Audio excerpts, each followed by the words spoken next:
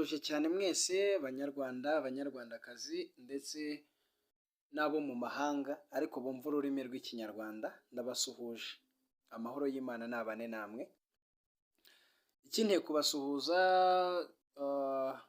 no kubavugisha muri aka kanya, hari ubutumwa bwinshi maze iminsi nakira, abantu bambaza iyi business ikora gute, ni gute, ibi n'ibi, bambaza ibibazo bijyanye na business irimo iraca ibintu hanze aha, business nziza, business buri wese yumva yakora, business y'icyerekezo, business yahindura byinshi ku buzima wabigizemo uruhare, business yitwa artificial intelligence marketing.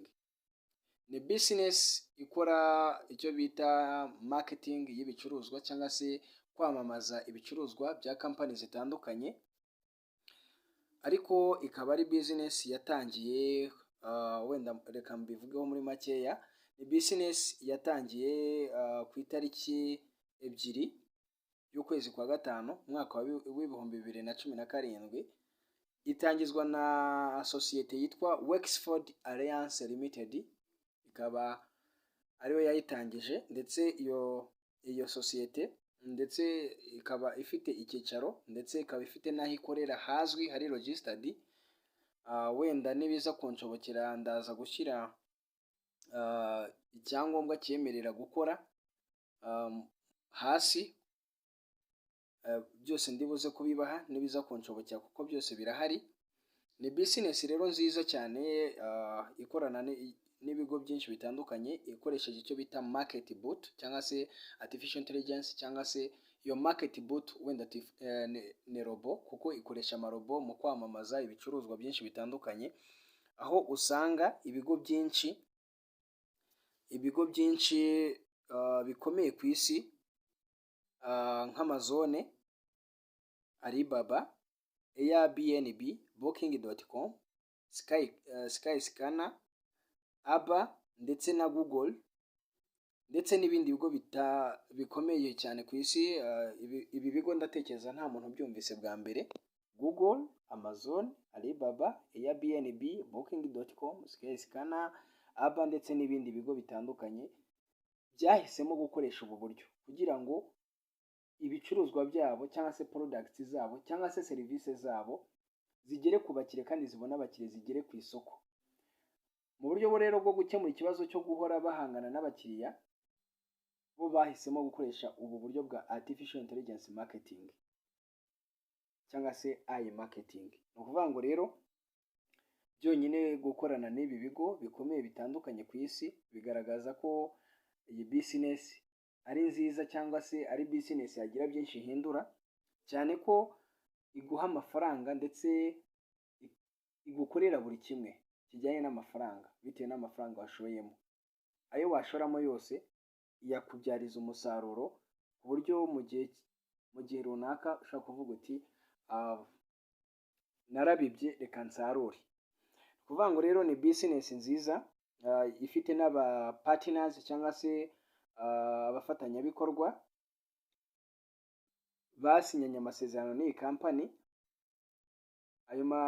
Abo bafatanyabikorwa ni ibigo bikomeye, ni amasosiyete akomeye ku isi nka Emirates murayizi ko guturuka muri Dubai, Microsoft ya Bill Gates uwo muramuzi, Lenovo murayizi, iriya sosiyete ikora ibikoresho bijyanye na electronique ndetse na technology, Kaspersky iyi murayizi, Google ndetse na Apple murayizi cyane. Navuzemo byinshi bikomeye muzi, hari na byinshi bitandukanye. Ibyo byonyine bigaragaza ko iyi business nayo atari akana. Iyi ni business nzima wakora uko waba uri kose ndetse n'uwo waba uri we wese, cyane ko idasaba kuba wenda ukuze, uri umwana se, ariko nanone utari munsi y'imyaka 18. Ni business wakora utitaye ku mashuri ufite, uburambe ufite mu kazi, ntisaba umwanya wo kwirirwa wicaye, ntisaba umwanya, ntabwo yakubuza akazi ariko kose waba ukora. Iyi ni business wakora ugatuza wifashishije telefone yawe na internet yawe ndetse n'igishoro cyawe, cyane ko n'ubundi itagusa internet nyinshi. washoye uyu munsi ushobora gutegereza ukavuga uti nzasubiraho ku cyumweru gitaha, mu cyumweru gitaha ku munsi nk'uyu, nzasubiraho nyuma y'ukwezi bitewe n'igishoro washyizemo, wenda n'abashyizemo amadolari yawe. Gusa ikintu nakubwira ni uko iyi business kugira ngo utangire kuba umunyamuryango, icyo ukora ni ukwiyandikisha. Wamara kwiyandikisha ugashyiramo username and password. Wamara kubishyiramo, wenda ibyo byo nzabibabwira uburyo bikorwamo. Then kugira ngo wowe utangire gukoresha ikintu, iyo umaze kuba umunyamuryango ikintu kiba gisigaye ni uburyo bwo gushora, ukagura icyo bita, wenda ugashyiramo icyo bita advertisement budget yo kwamamaza. Noneho ayo mafaranga uyashoramo, robo ikamamaza bya bicuruzwa bya za companies twavuze hejuru. Then uko izamamaza za products zikagurwa, niko ubona amafaranga. Iyo mafaranga niyo twita cashback. Aba ari amafaranga, ni nka komisiyo robo iba yakoreye binyuze muri advertisement ya products zitandukanye za company zitandukanye navuze haruguru. Ikindi, amafaranga ushoramo, wemerewe gushoramo make ashoboka ni amadolari 100. Urumva ko plutôt ni amadolari 10. Urumva ko ni business buri wese yakora. Amadolari 10, ibihumbi 10 hafi n'amafaranga 500 y'u Rwanda, ntabwo ari amafaranga menshi. Noneho ikindi, icyiza ariko biba byiza nyine nk'iyo utangije amadolari 200 cyangwa se wenda 100, 200, 300, 400, ariko hejuru ayo waba ufite ayo ari yo yose. Niyo mpamvu iyi business navuze ngo buri wese yayikora. Ayo waba ufite yose wakora iyi business guhera ku madolari 10. Kandi ikindi, itanga na bonus. Itanga bonus ku muntu uyikeneye, akeneye wenda kureba ko uburyo koko bayivugamo ikora.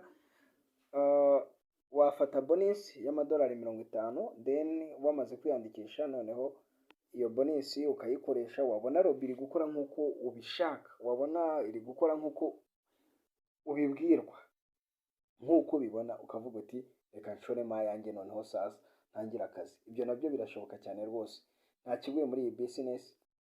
Ukuri kose kurahari kuri yo. Uvuga ngo rero ikindi kintu nayivugaho ni uko inyungu zose, iyi ni business ishobora kuguhesha inyungu ya 50% y'ayo washoye, 60% y'ayo washoye, 70% y'ayo washoye, 80% y'ayo washoye, 90% y'ayo washoye, 40% y'ayo washoye. Inyungu itajya munsi y'ayo washoye ishoboka ni amadolari, ni inyungu ya 35%. Urugero reka mvuge wenda washoye amadolari 200. Niyo washoye amadolari 200, robo izagenda yamamaza ibicuruzwa runaka, then iguhe cashback. Iyo cashback, amafaranga make ashoboka, nufata 200 ugakuba 35 ukagabanya 100, uzatubona ko ari 70. Ubwo uzaba ubonye amadolari 70 aturutse mu nyungu arenga kuri ya 200. Bivuze ngo mu kwezi kumwe uzaba ufite amadolari 270. Iyi ni business mon cher, ni business wakora. Niba ari amadolari 300, urakuba 35 ugabanya 100. Iyo niyo minimum, niyo make ashoboka.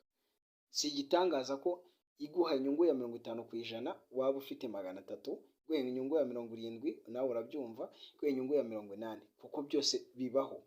Nta muntu ndabona yahaye inyungu ya 35, nubwo ariyo minimum, ntawe ndabona yayihaye. Abenshi ubusanga ni 50, 49, 70, 80. Ni business wakora igahindura byinshi mu mezi make yashoboka. Iyi ntago ari za zindi za return on investment. Wenda reka mbe ndetse kuzamamariza kuko reka mbe ndetse, ariko ni business nziza. Mbifuriza kuba mwakora mwese kandi bikagenda neza. Amahoro rero abane namwe. Nandi kugira ngo mbabwire muri make ya artificial intelligence marketing n'abayimbazagaho, nzajya mbasobanura kamwe kuri buri kamwe bitewe na comments zanyu ndetse na reactions zanyu. Ikindi, niba hari icyo byagufashije wanyandikira muri comment, cyangwa se icyo ushaka kumbaza wanyandikira muri comment, nanjye nkagufasha. Ibyo nagerageza kubona nk'ibisubizo nagufasha rwose. Ngaho rero nimugire amahoro hamwe na marketing, Imana ibidufashijemo ubuzima bwahinduka kandi bukarushaho kuba bwiza, kandi tugakora n'akazi kacu neza tutabangamiwe, tukinjiza amafaranga dutuje. Online ni umuti, online ni byose. Online iyo wagiyemo neza ukinjira ahantu heza, uhabonera icyo kurya kandi gitubutse. Ngo nimugire amahoro rero, ndabakunda. Ciao ciao. Tubuje cyane mwese Banyarwanda, Banyarwandakazi ndetse n'abo